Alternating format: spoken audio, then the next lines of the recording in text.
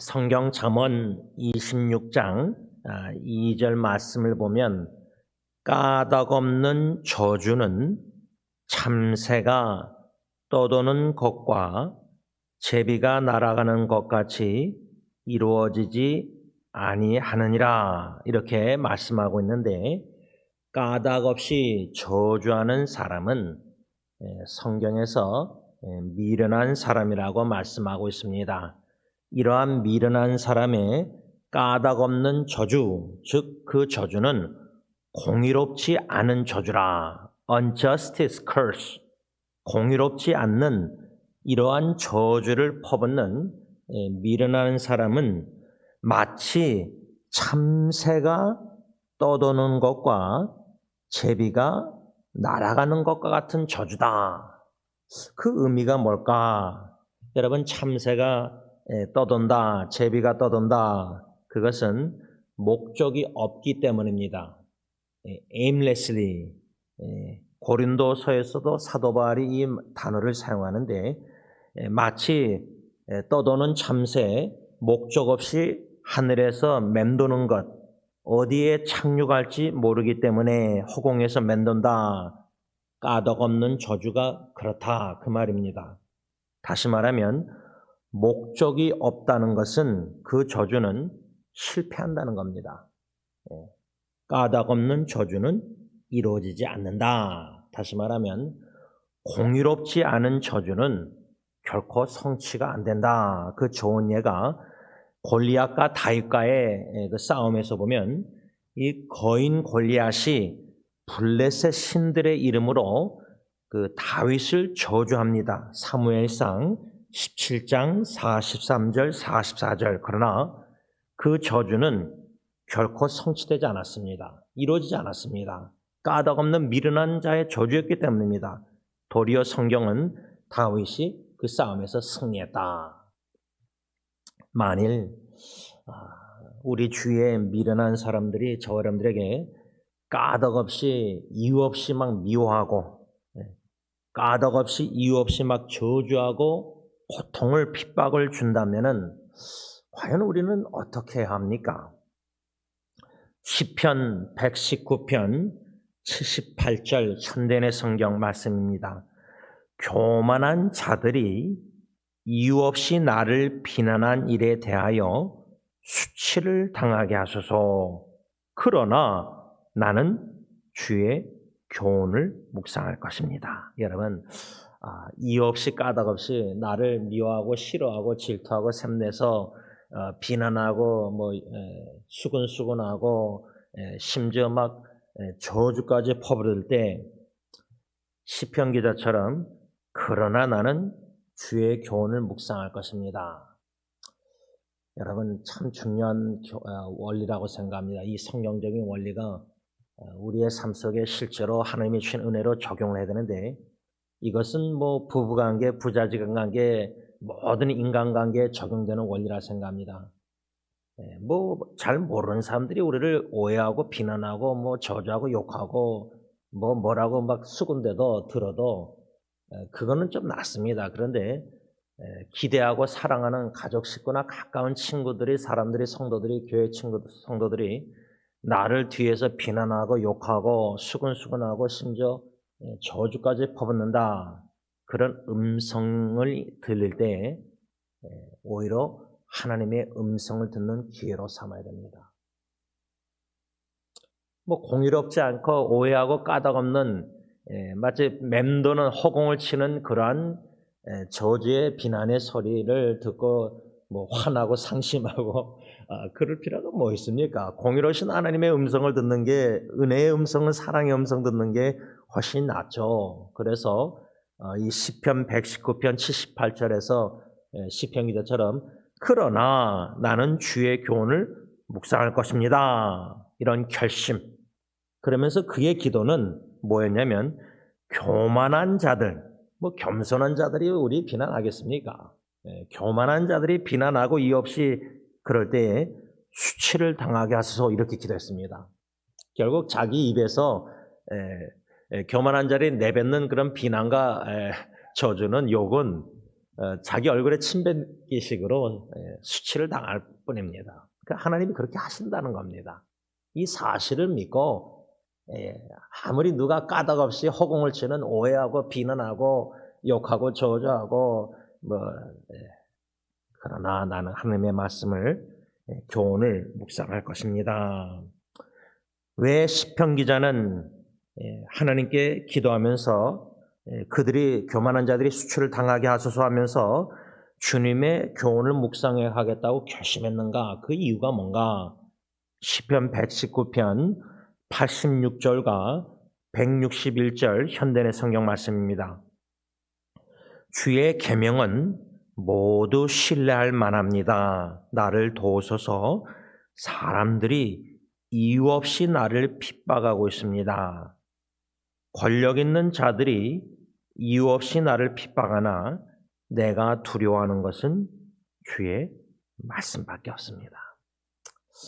이러한 신앙, 이러한 믿음, 시편 기자처럼 86절, 161절 이 두 말씀 보면은 이유 없이란 말이 두 번 나옵니다.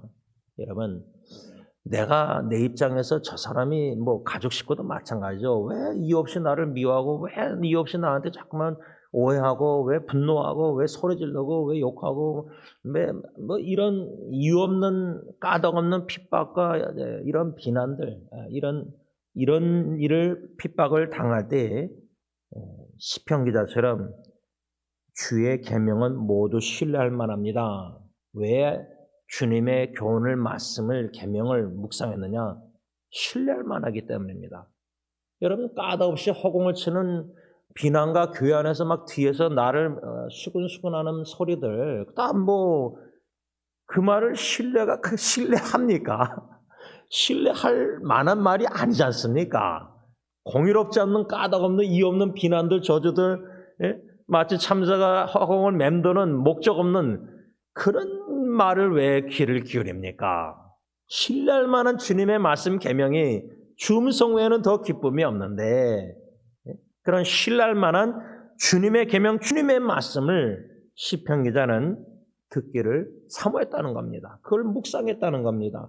남들이 이유 없이 비난하고 핍박하고 욕하고 어떠한 일일지라도 그리고 시편 기자는 119편 161점 사람들이 주위에서 나를 이유 없이 비난하고 핍박하고 욕하고 할지라도 그 말하는 그 사람들 교만한 미련한 사람들을 두려워하지 말고 다윗 시편 기자는 내가 두려워하는 것은 주님의 말씀밖에 없다. 이게 참 얼마나 지혜로운 시편 기자입니까? 우리도 시편 기자처럼 누군가 우리를 까닭없이 힘들게 하고 까닭없이 비난하고 심지어 이유 없이 우리를 저주한다 할지라도 두 가지입니다. 하나님께 기도할 때 그 미련한 교만한 자의 그런 막 쏟아내는 말 그게 자기한테 돌아가서 수치를 당하게 하소서 그런 기도죠. 그 다음에 두 번째로 나는 그 와중에서도 주님의 말씀을 묵상하겠습니다 하고 결심하는 겁니다. 오늘 본문 사무엘하 16장 12절 말씀 문맥을 보면은 특히 5절에서 13절까지 보면은 사울 왕의 친족인 시므이가 도망가는 다윗을 계속 따라가면서 계속 저주를 퍼붓습니다. 5절 13절 보면 그 저주 내용이 뭐냐? 현대의 성경으로 제가 사무엘하 16장 7절 8절 말씀을 읽습니다. 살인자요. 여러분 이 시므이의 저주가 다윗에게 살인자요. 맞습니까? 틀립니까? 맞습니다. 틀린 말이 아니에요. 우리아 죽였지 않습니까? 바세바의 남편, 충성된 군인, 이너센, 아무 죄가 없는 오히려 이스라엘 나라의 충성된 군인을 살인했지 않습니까? 죄를 덮으려고. 그러니까 이 시므의 저주가 살인자요. 이거 맞아요. 자, 그 다음 두 번째 뭐죠? 악한이요. 악한 자요. 이 저주가 맞습니까? 틀립니까? 맞아요. 성경에 보면은 다윗 왕이 밧세바를 범하고 임신했다 그러니까 그걸 덮으려고 두세 번 충성된 군인이 전쟁에서 불러다가 술 먹여서 자기 부인 집에 내려가서 자게 만들려고. 그럼 뭐 그때 임신한 거 뭐 그때 뭐 DNA 테스트 없으니까 그게 안 먹히니까 계략이 결국 편지를 써서 우리아한테 줘서 장군 요압에게 줘서 어떻게 너무 잔인한 거 아닙니까? 거기에 성경 마지막 절 보면은 여호와보시기에 악하더라 이렇게 써 있습니다. 그러니까 시므의 저주 악하니요 악한 자요 이것도 맞는 저주예요. 그러니까 이유 없이 까닭 없이 공의롭지 않은 저주 우리가 그 말씀을 묵상했지만 이 시므의 저주 적어도 7절에 이 두 말씀은 저주는 맞아요. 살인자요 악하니요 여기서 사라져라 여호와께서 사울과 그 가족을 죽인 죄를 너에게 갚으셨다. 이거는 안 맞는 거예요. 다윗이 사울과 가족을 죽였습니까? 아니, 블레셋 전쟁에서 죽임당한 거예요. 다윗 네가 사울의 왕위를 빼앗았으나 이것도 안 맞는 저주예요. 사울 왕은 불순종해서 하나님께 버림받은 겁니다. 그래서 하나님이 택한 다윗이 왕권을 준 것입니다. 언약 맺으시고. 그러니까 시므의 저주가 맞는 것도 있고 틀린 것도 있고 분별해야 됩니다. 내가 사울의 왕위를 빼앗았으나 이제 여호와께서 그것을 너의 아들 압살론에게 주었구나. 이것도 안 맞아요. 잠시 압살론이 쿠데타 성공한 것 같지만 나중에 죽어요. 다윗 너는 사람을 죽인 죄로 이것도 맞는 말이죠. 뭐 사람 죽였으니까 우리야 이제 벌을 받아 망하게 되었다. 이렇게 저주했습니다. 그런데 이 저주를 계속 퍼붓는데 참 이해가 안 되는 것은 그래도 한나라의 왕 다윗인데 그 주위에는 적어도 600명의 군사들이 있었고 시므이가 계속 저주를 따라가면서 퍼붓었을 때 그 군인들 중에 아비새 같은 장군은 뭐라고 말했냐면 9절에 어째서 왕은 다윗 왕에게 하는 말이에요. 어째서 왕은 이 죽은 개 같은 녀석이 왕을 저주하도록 내버려 두십니까? 제가 가서 당장 저놈의 목을 베겠습니다. 이 9절 현대내 성경. 이거 당연한 거 아닙니까? 주위에 뭐 장군이 그 시므에 계속 따라오면서 저주를 퍼볼 때 왜 왕이 죽은 개 같은 저 시므이 녀석을 저주하도록 그냥 내버려 두십니까? 이거 이해가 안 되는 거예요. 아비새도. 누군가 여러분들이 사랑하는 사람에게 계속 저주, 비난, 욕할 때 여러분들 침묵하십니까? 디펜드, 방어하지 않겠습니까? 억울한 누명, 억울하게 욕먹고 막 비난할 때 내가 사랑하는 내 남편이 내 아내가 내 부모 자식 그러면은 여러분들 가만 침묵하고 그냥 내버려 두겠습니까? 저주하도록 비난하도록 욕하도록 오해하고 있는데 미련한 자가 교만한 자가 아비새 입장에서 왕이 내버려 두는 거 이해가 안 됐을 겁니다. 가서 당장 저놈을 베겠다 목을. 근데 더 이해가 안 되는 것은 다윗 왕의 답변입니다. 10절에서 12절 현대내 성경입니다. 이건 너 아비새 네가 상관할 일이 아니다. 여호와께서 나를 저주하라고 말씀하셨기 때문에 그가 시므이가 나를 저주하고 있다면 누가 그에게 시므이에게 네가 어째서 이렇게 하느냐고 말할 수 있겠느냐. 내 몸에서 난 아들 압살론도 나를 죽이려고 하는데 하물며 이 베냐민 사람 시므이야 말할 게 있겠느냐. 여호와께서 저에게 시므이에게 그렇게 하라고 말씀하신 것이니 내버려 두어라. 이 다윗이 지금 상황이요. 자기 친아들 압살론이 자기를 죽이려고 쿠데타 일으켜서 도망가는 유다 광야로 도망가는 과정에 시므이가 계속해서 따라서 저주를 퍼볼 때 다윗의 마음 자세, 그 심정, 여호와께서 저에게 시므이에게 그렇게 하라고 말씀하신 것이니 내버려둬라. 왜 아비새 장군이 저 시므이를 단칼에 죽이려고 했을 때 그대로 내버려뒀느냐? 못 죽게 만드느냐 왕 다윗 왕이. 여호와께서 시므에게 그렇게 하라고 말씀하신 것이니 내버려둬라. 아마 다윗 왕이 유다 광야로 도망가는 과정이 아니라 왕궁에 있었으면은 시므이라는 사람도 저주 못하죠. 왕권 권력이 있고 예루살렘 왕궁에 있으면 그 위치에 있으면 누가 함부로 대통령 왕에게 저주 퍼붓겠습니까?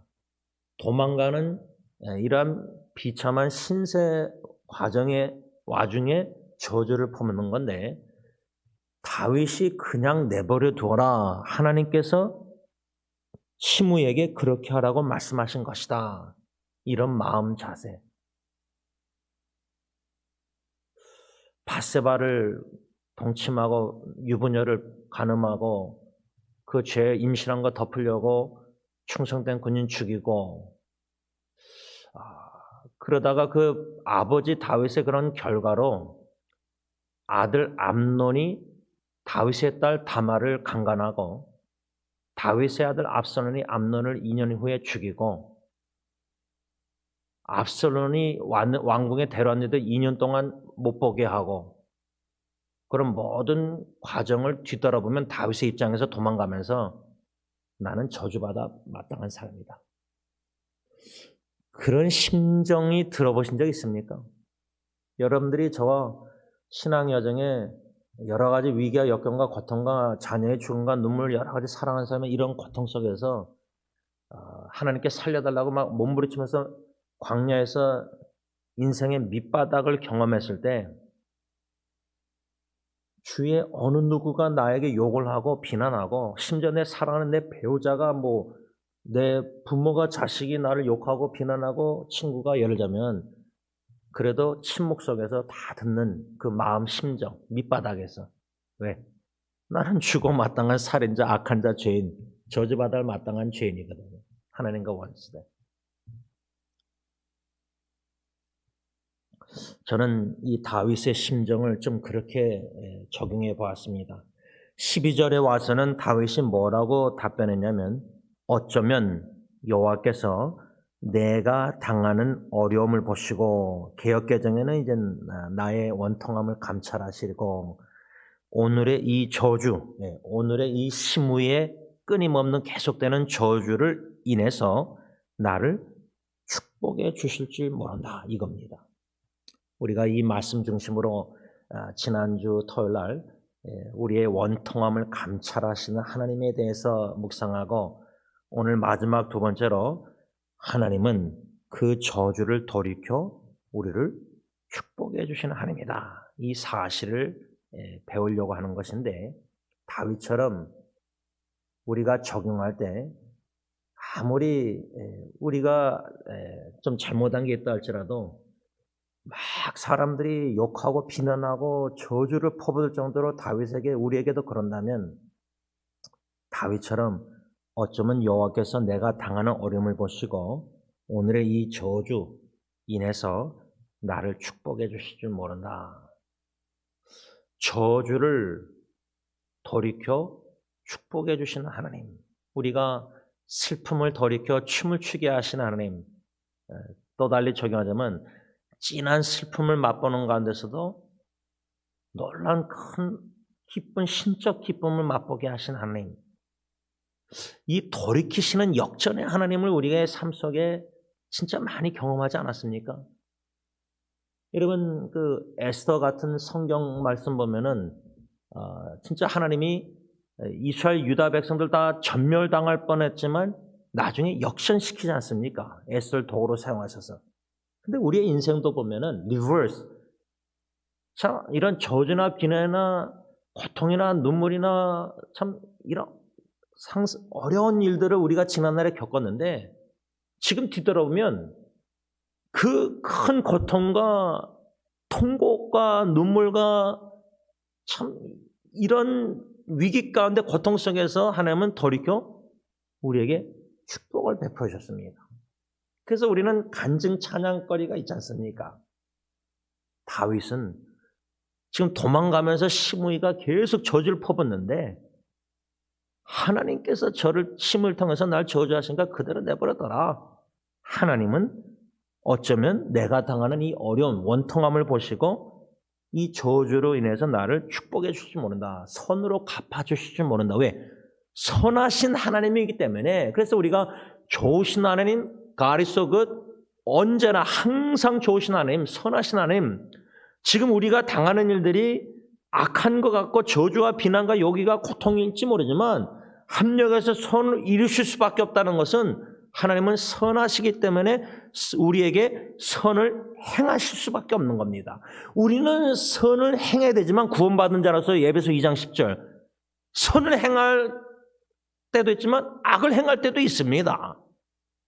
그러나 하나님은 선하신 하나님 때문에 존재 자체가 행함이 선을 행할 수밖에 없기 때문에 어느 누가 우리를 저주하고 어느 누가 우리를 비난하고 어느 누가 어떻게 욕을 고통할지라도 결국에 가서 합력해서 선을 이루신다. 그래서 여러분 창세기 제가 요셉의 이야기를 왜 좋아하냐면 50장 20절의 창세기에 형들이 와서 두려워서 복수할까 봐 그렇게 말할 때 당신들은 나를 해려고 했지만 죽이려고 했지만 하나님은 그걸 선으로 바꾸셨다. 그러니까 이 하나님의 선하심을 맛보고 하나님의 선하신 하나님이심을 믿고 그 선행을 그들의 형제들의 악행도 선으로 바꾸신 하나님을 우리가 믿고 경험한다면 요셉은 그 형들을 다 용서하고 다 죽을 때까지 보살펴 주잖아요. 후손들을, 자녀들. 그러니까 중요한 거는 우리가 저주를 받고 비난을 받고 욕을 받고 무슨 소리가 막 들려도 주파수에 이 땅에 살면서 사람들의 말들 뭐 칭찬들은 듣기 좋아할지 모르지만 참 오해하고 억울하게 비난하는 것들은 참 억울하잖아요. 원통할 수가 있잖아요. 억울한 심정이 있잖아요.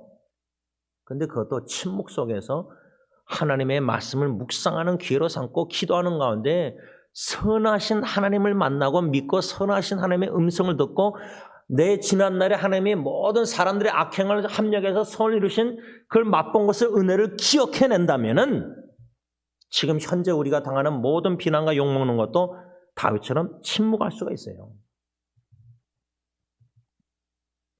13절 현대의 성경 보면은 놀란 장면은 시므이가 비탈길로 계속 따라오면서 여전히 다윗 왕을 저주하고 돌을 던지며 티끌을 날렸을 때 성경은 뭐라 하냐면 다윗과 그를 따르는 사람들은 아무 말 없이 길을 갔다고 써 있습니다. 아무 말 없이. 침묵했다는 겁니다.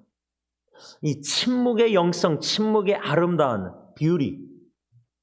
우리는 뭔가 말을 막 이렇게 뭐 해야 된다고 이렇게 어떻게 하면 잘할까 사람들 만나고 상담할 때 막 이런 생각들을 많이 하는데 침묵의 영성이라 할까, 침묵의 아름다움이라 할까, 다윗은 묵묵히 침묵하면서 비난을 계속 들으면서 길을 걸어갔어요. 근데 이 침묵을 생각하면요, 이제는 우리가 내일 정료주일 또 고난주간 성금요일 이렇게 다 주님 앞에서 지킬 텐데 이사야 53장입니다. 도살장으로 끌려가는 어린 양 침묵. 제가 그래서 아직도 잊지 않는 게 몽골에 선교 갔을 때 두 몽골인이 양을 끌고 와가지고 밧줄로 끌고 와서 한 사람은 잡고 이 네 다리 잡고 한 사람은 아주 면도칼 같은 무슨 칼로 요 양에 이렇게 눕혀놨으니까 저걸 앉아서 다 봤어요.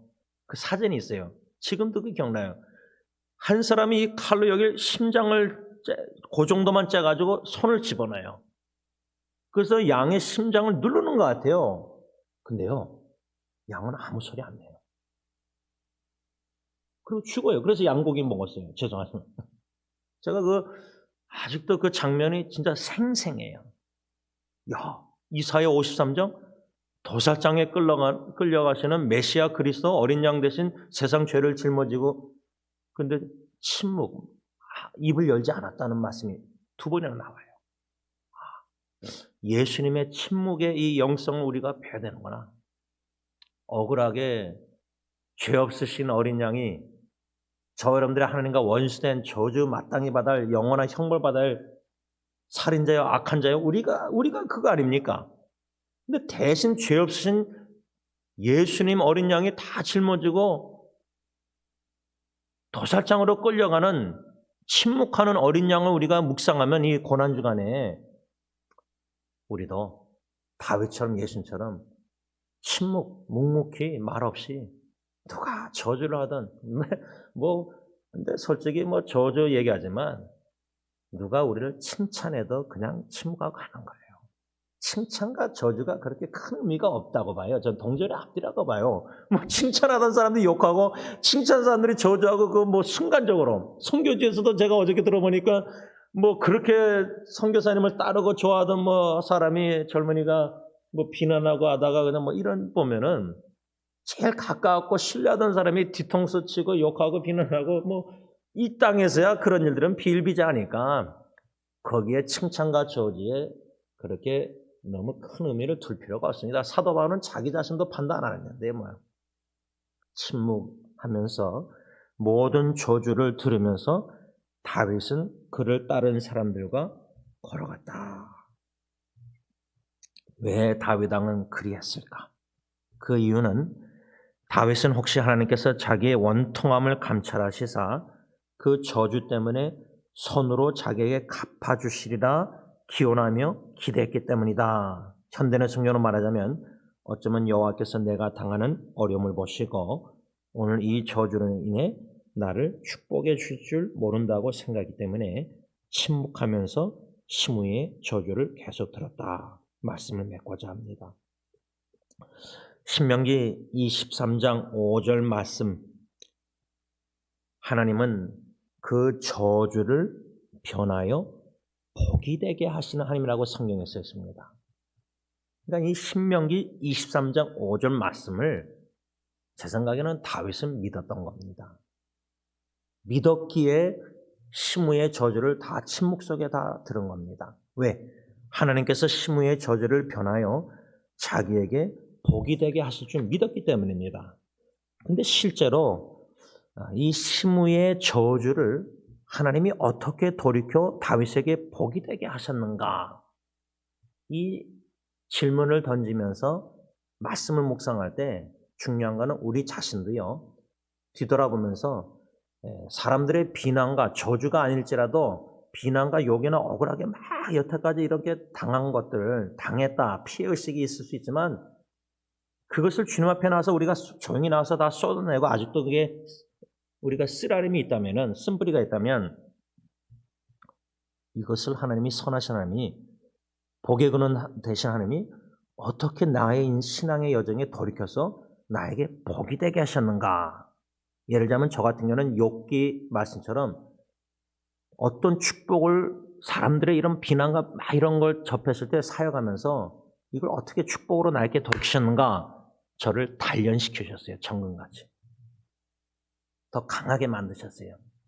그 강하다는 말은 저는 아직도 너무 약한 사람인데 강하신 하나님, 그 하나님을 신뢰하고 그 하나님만 주만 바라보게 하시고 주 음성에는 더 기쁨이 없고 사람들의 음성보다 뭔가 모든 초점이 오직 주님만 바라보게 하시는, 의지케 하시는 단련, 그런 신앙의 단련을 허락해 주셨다는 겁니다. 그러면 다윗에게 있어서 시므의 저주를 어떻게 복이 되게 하셨는가? 좀 말씀을 다윗의 인생을 뒤돌아볼 때 다윗은 나단 선자의 그 책망을 받고 내가 여호와께 죄를 범하였노라. 그 자백을 했잖아요. 근데 용서를 받았습니다. 그러니까 사람들이 시므이 같은 경우는 다윗을 용서 못한 겁니다. 왜? 자기 지파의 사울 왕을 그 정권을 무너뜨려 사울을 죽였다고 생각하잖아요. 오해했잖아요. 시므이가 여러분들 사람들이 왜 배우자도 왜 우리에게 자꾸만 그런 비난과 옛날 얘기를 끄집어내고 자꾸만 합니까? 용서를 안 했기 때문입니다. 그 문제가 해결 안 되고 용서가 안 되니까 아직 미움이 있고 뭔가 그게 있으니까 쓴뿌리가 쓰라림이 있으니까 그런 말들이 과거 얘기가 자꾸만 나와서 당신은 옛날에 그랬고 자꾸만 이렇게 말하는 이유가 용서를 안 했기 때문입니다. 다윗은 자백한 후에 하나님께 용서를 받는 축복을 받았습니다. 그러니까 그가 행한 것은 바세바 간음하고 우리아를 죽인 살인자 악한 자였지만은 그 시므의 저주가 맞았지만 하나님은 그걸 어떻게 복이 되게 하셨냐면은 축복, 용서의 축복을 받아요. 여러분 죄사함의 축복이 얼마나 큰지 모릅니다. 시므의 저주처럼 사람을 죽인 죄로 이제 벌을 받아 망하게 돼야 할 사람 16장 17절 현대의 성경. 그런데 하나님은 그 다윗의 죽을 죄를 사하여 주셨다는 겁니다. 12장 13절. 또한 어떻게 하나님이 다윗을 축복했냐면 다윗이 잠시 징계를 받아 압살롬에게 도망다니는 신세로 광야로 하나님이 몰아내셨지만 그곳에서 하나님은 다윗을 겸손케 하셨어요. 여러분 다윗이 왕궁에서 교만해서 범죄했지만 광야에서 겸손케 하셨기 때문에 시므의 저주를 침묵 속에 다 받아들인 겁니다. 교만하면 그런 비난의 소리 억울하면 우리가 말 따지고 대꾸하고 화내지 침묵으로 다 듣지 않습니다. 그 사람 말이 틀려도 까닭없는 비난이고 공의롭지 않은 비난 저주라도 다 듣습니다. 왜? 그 시므에 맞는 저주도 있지만 틀린 저주를 통해서도 하나님께서 나를 겸손케 하신다는 이 축복을 다윗은 누린 겁니다. 그러하여금 하나님을 더욱더 의지케 하고 다윗으로 하여금 하나님을 간구케 하셨는데 그 기도 내용 중에 15장 31절 보면 여호와여 원하옵건대 아히도벨의 모략을 어리석게 하옵소서. 이 이야기는 다 아시죠? 결국 다윗의 친구 후세의 계략을 압살롬이 듣고 아히도벨의 계략을 듣지 않습니다. 그 결과가 그 이유가 뭐냐면 17장 14절 현대인 성경에 이것은 여호와께서 압살롬에게 재난을 당하게 하시려고 아히도벨의 좋은 책략을 좌절시키기로 작정하셨다. 그 결과 하나님이 어떤 축복을 다윗에게 주셨느냐? 예루살렘으로 돌아오게 하십니다. 왕권을 회복시켰습니다. 회복의 은총을 축복 베풀어 주신 겁니다. 왜 하나님께서는 이렇게 시므의 저주를 변하여 다윗에게 복이 되게 하시는가? 그 이유가 뭐냐? 다윗은 하나님께 복을 받은 자이기 때문입니다. 좀 더 구체적으로 말하자면 사무엘하 7장에 근거해서 다윗은 하나님께서 다윗과 언약을 맺으셨기 때문입니다. 언약의 말씀을 받는 이 놀라운 축복을 다윗이 받았기 때문에 다윗은 하나님, 자기는 불성실했지만 하나님은 성실하시기 때문에 다윗과 맺은 언약을 지키셨습니다. 다윗은 복을 받은 자입니다. 살인자요 악한 자인데 더 근본적으로 복을 받은 자입니다. 저 여러분들이 하나님과 원수된 악한 죄인 살인자 마음으로 미워하면 살인죄도 범하고 지금도 예수 믿고 나서도 너무 악행을 행하는데도 우리는 예수 그리스도 어린 양의 침묵 속에서 도살장 십자가의 죽으심으로 그 저주를 돌이켜 우리를 축복해 주셨기 때문에 우리는 복을 받은 자입니다. 그래서 성경에도 구원받은 저 여러분들 가리켜서 행복한 사람이라 신명기 33장 29절 구원의 축복 에베소 1장 모든 영적인 축복을 예수 그리스도 안에서 다 받았습니다. 우리처럼 복을 받은 사람들이 세상 지구상에 어디 있습니까? 하나님의 놀라운 축복을 구원의 축복뿐만 아니라 모든 영적인 축복을 이미 하나님의 자녀 상속자 모든 축복들을 다 받은 자입니다. 결론적으로 이렇게 우리는 예수 그리스도 안에서 하나님께 복을 받은 자이기 때문에 하나님은 모든 사람들의 비난과 저주 그런 모든 까닭 없는 이유 없는 맞는 저주를 할지라도 그 모든 저주를 돌이켜 우리에게 축복을 한없이 베푸신 하나님이시다. 그 말입니다. 이 하나님의 축복을 이미 받아 누리는 저와 여러분들이 되길 바라고요. 현재뿐만 아니라 앞으로 우리가 공동체 교회 안에서나 가정 안에서나 친구나 인간관계에서 오해나 비난과 비판과 수근수근과 욕먹고 까닭없는 심지어 저주를 사람들이 분노 속에서 나에게 퍼붓는다 할지라도 다윗처럼 겸손히 침묵 속에서 하나님께서 나의 당하는 어려움, 원통함 다 이런 거 아시니까 보시고 계시니까 저 사람들의 비난과 욕과 저주를 돌이켜 나에게 축복, 복을 베푸신 하나님, 그 하나님을 믿음으로 복을 받아 누리는 저 여러분들이 될 수 있길 바랍니다. 기도하겠습니다. 복의 근원 되시는 주님 감사합니다. 아무리 생각해도 복받을 자격이 인간적으로 이성으로 생각할 때 하나도 없는 하나님과 원수된 죄인이요, 나 행하는 것 죄밖에 할 줄 아는 게 없는데 나의 모든 죄를 어린 양 되신 예수님 다 대신 짊어지시고 도살장에 끌려가심에 있어서 입을 열지 아니하시는 침묵하시는 예수님을 이 아침에 묵상합니다.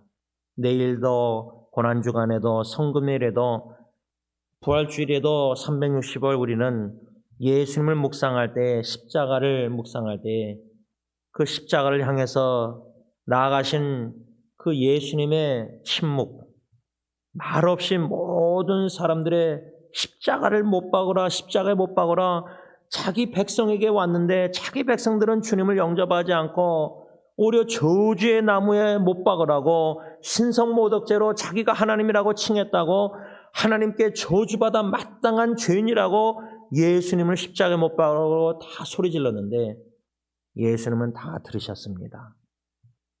죄 없으신 예수님 다 거짓 증언도 그러고 다 들으셨습니다. 우리도 심지어 사랑하는 배우자의 비판이라도, 억울한 비판이라도 다 듣고, 자녀가 부모를 욕한다 할지라도 다 듣고, 오해한다 할지라도, 교인들이, 성도들이 서로 오해하고 비난하고 수근수근하고 욕한다 할지라도 다 듣고, 겸손히 다윗처럼 침묵 속에, 예수 십자가 침묵 속에 골고다를 향해서 못 박혀 죽으신 예수님을 깊이 묵상하고 그 사랑의 축복에 너무나 감사해서 순종할 때에 우리도 침묵 속에 모든 저주, 비난, 비판을 다 들으면서 저 전성을 향해서 나아가게 하옵소서. 우리가 당하는 원통한 어려움 다 주님만 알고 그 억울한 거 사람들에게 말해봤자 더 비난받고 더 욕먹고 주님께 다 조용히 나가 다 억울한 원통함 다 쏟아내면서 감찰하신 주님 보시고 계시올진데 하나님이여, 우리는 그 와중에도 주님의 말씀을 묵상하기로 결심하고 주님의 음성을 사람들의 저주의 목소리 가운데 듣는 그런 은혜를 사모하고 누리게 하여 주시고 주님이 주시는 축복들을, 이미 주신 축복들을 참 풍랑 속에서 헤아려 보면서 이래도 감사 저래도 감사, 사람들이 저주에도 감사, 사람들이 비난에도 감사, 오직 주 예수 그리스도로 말미암아 감사할 수 있는 저희들 다 되게 하여 주시옵소서. 예수님의 이름으로 감사하며 기도를 올리옵나이다. 아멘.